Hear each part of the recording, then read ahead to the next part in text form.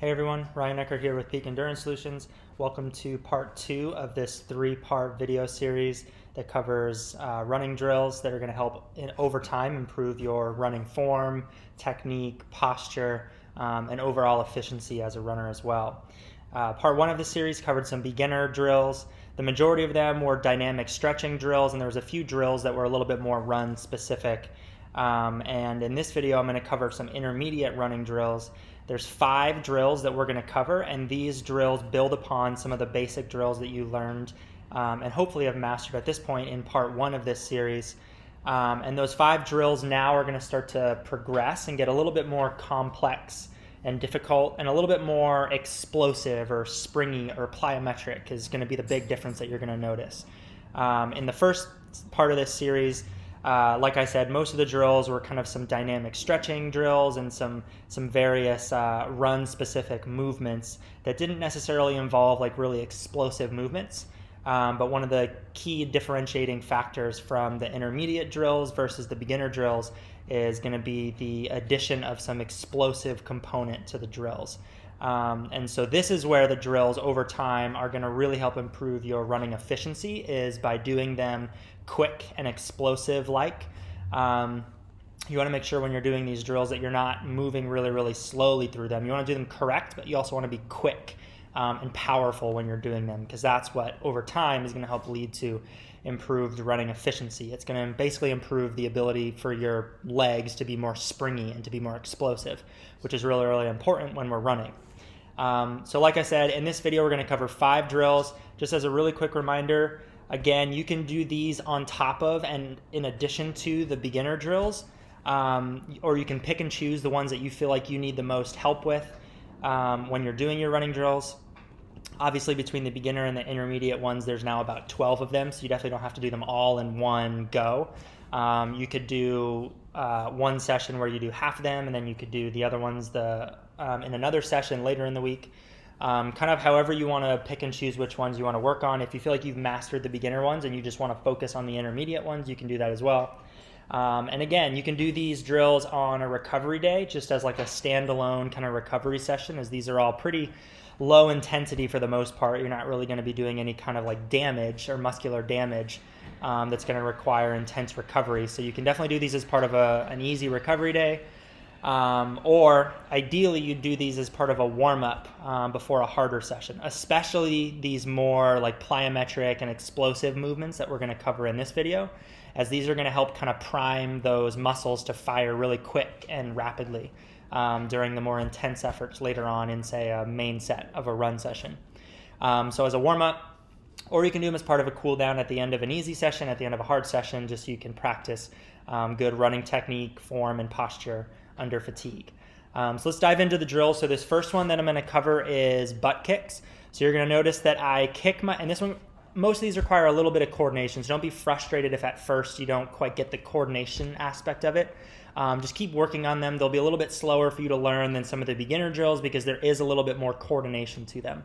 But this one, basically your primary objective is thinking about kicking the heel towards the butt.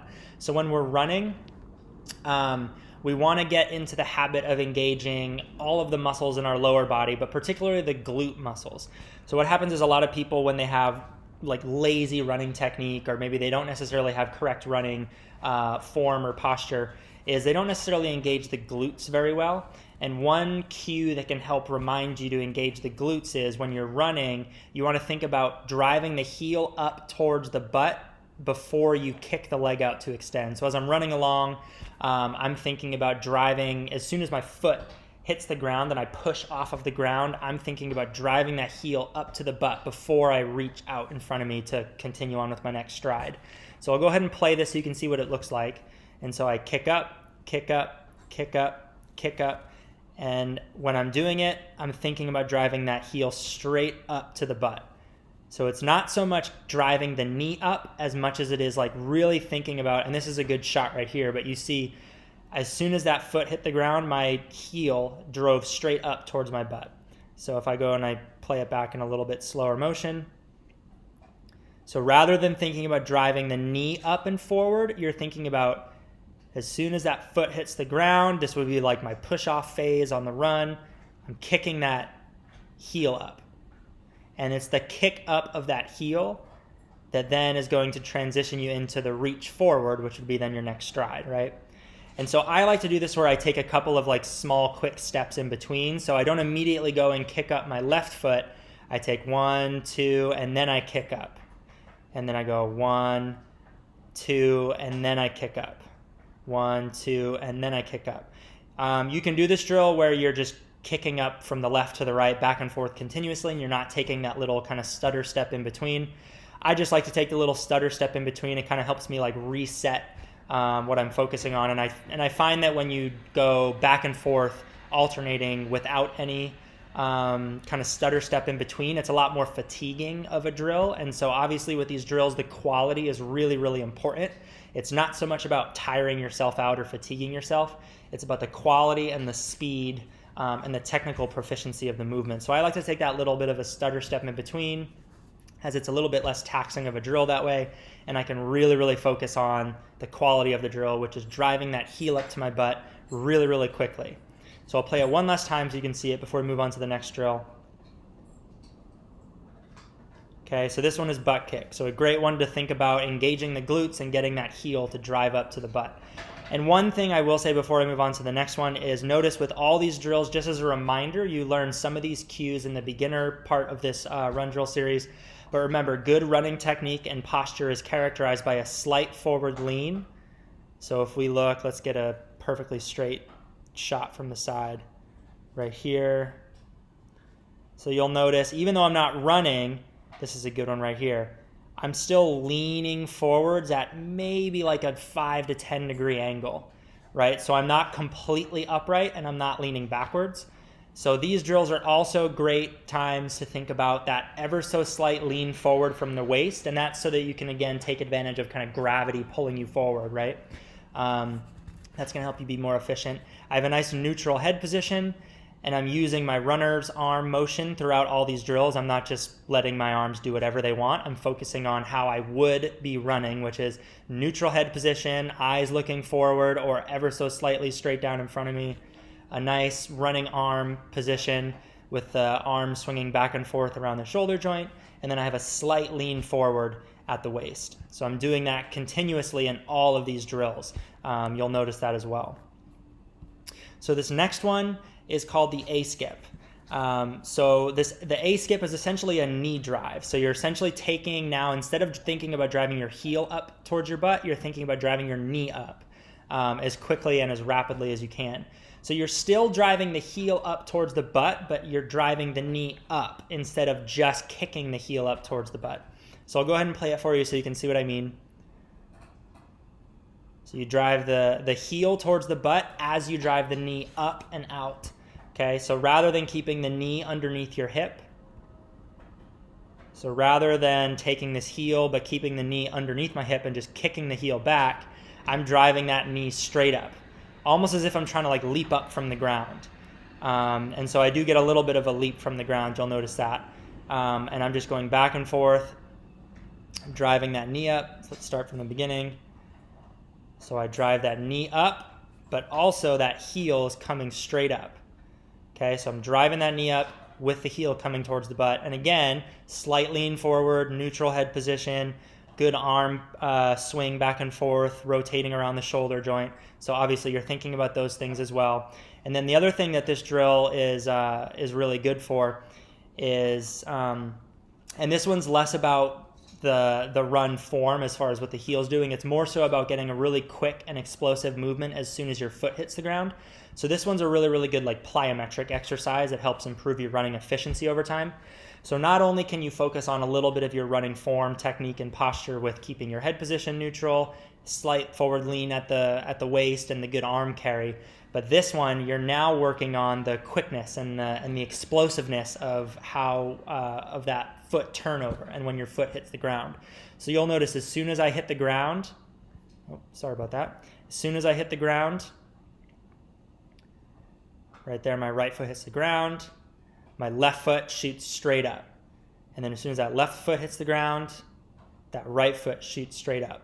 So it's about being really, really quick and explosive. Okay, so this one you don't want to be spending a whole bunch of time with your foot on the ground. So right there, foot hits the ground, left one drives straight up. Okay, and then you're obviously landing underneath your center of mass, so you'll see my foot lands right there, and I'm almost directly underneath my center of gravity or my center of mass with that slight forward lean, and then that other foot drives straight up. Okay, so this one is called the A skip. And so now that we've covered the A skip, we're going to cover the B skip, which is similar. So again, we're working on all the same things that the A skip was working on, but now we're working on driving the knee up, and then kicking the leg out. Okay, so I'll play it for you first so you can see what I mean, and then I'll describe it. So this one, again, a little bit more coordination than the A skip, but that's why it's called the B skip, kind of building upon the A skip. Okay, so it's that same thing. You're driving.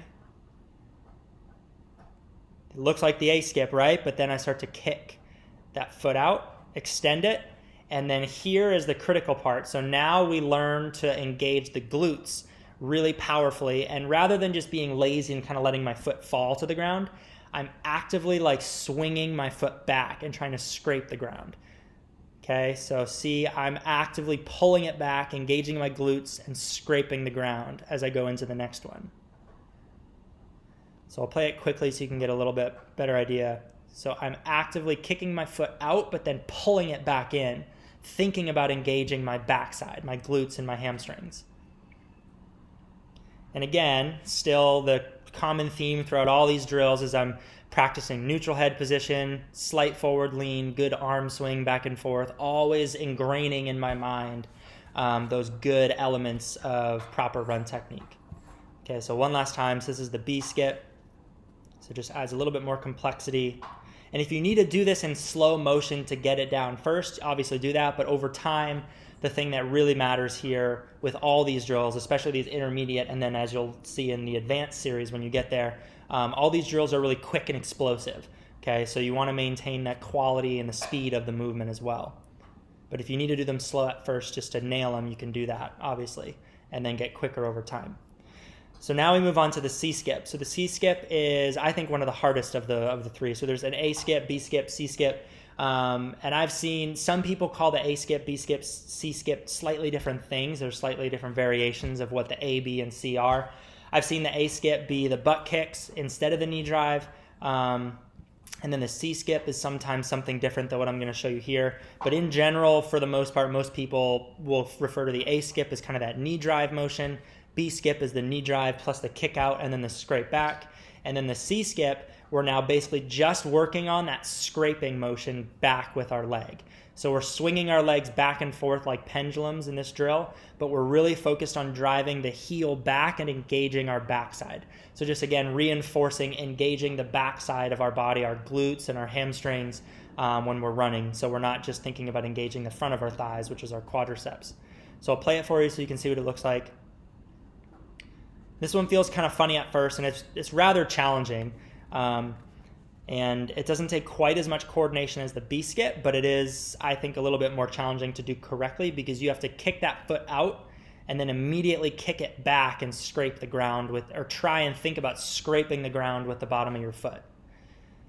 So I'll play it for you slowly. So as soon as I kick, let's watch my right foot first. So I kick my right foot out, and then as soon as I kick it out, I'm thinking about pulling it straight back in, driving my heel back. And an analogy or a cue that I like to think of is like you're trying to scrape gum off the bottom of your shoe. So as soon as you kick that foot out, you're trying to scrape that gum off the bottom of your shoe. And right there when I'm landing, I'm engaging all those muscles in my backside, which is what we want with this drill. Again, all the while focusing on, this one's not quite as easy to do a slight forward lean. I'm pretty upright in that drill. But I have good arm swing, neutral head position, nice quick, powerful movement. So that's the C skip. So A, B, and C skip are all working on fairly similar things, and the main takeaway message for the A skip, B skip, C skip is to be quick and explosive and focus on good quality of movement. Okay, moving on to the fifth and final drill, which is going to be cariokas. This one's a little bit different from the butt kicks and the A, B, and C skips. This one is kind of a lateral movement, so something that we don't do a lot as runners or as triathletes. Normally we're moving in just a very straight, linear path, whether it's swim, bike, or run. there's very little lateral movements that we do as endurance athletes. So this is a good one to just get a little bit of lateral movement practice in. And this one, again, is also a very quick and rapid drill. It's not something that you want to do really, really slowly. Once you get the technique down, you want to try and focus on doing it quickly and rapidly. And this one has less to do with improving like run specific posture and technique.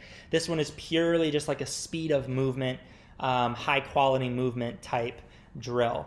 So I'll play it for you first. A lot of you who played team sports maybe growing up did this as part of a warm-up. It's a pretty common exercise that a lot of team sport players will do as a warm-up.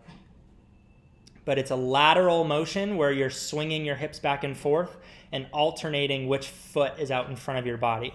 So I'll play it for you again. This one does require some coordination, so definitely walk through it in slow motion first, and then obviously pick up the speed as you go. So let's go back to the beginning.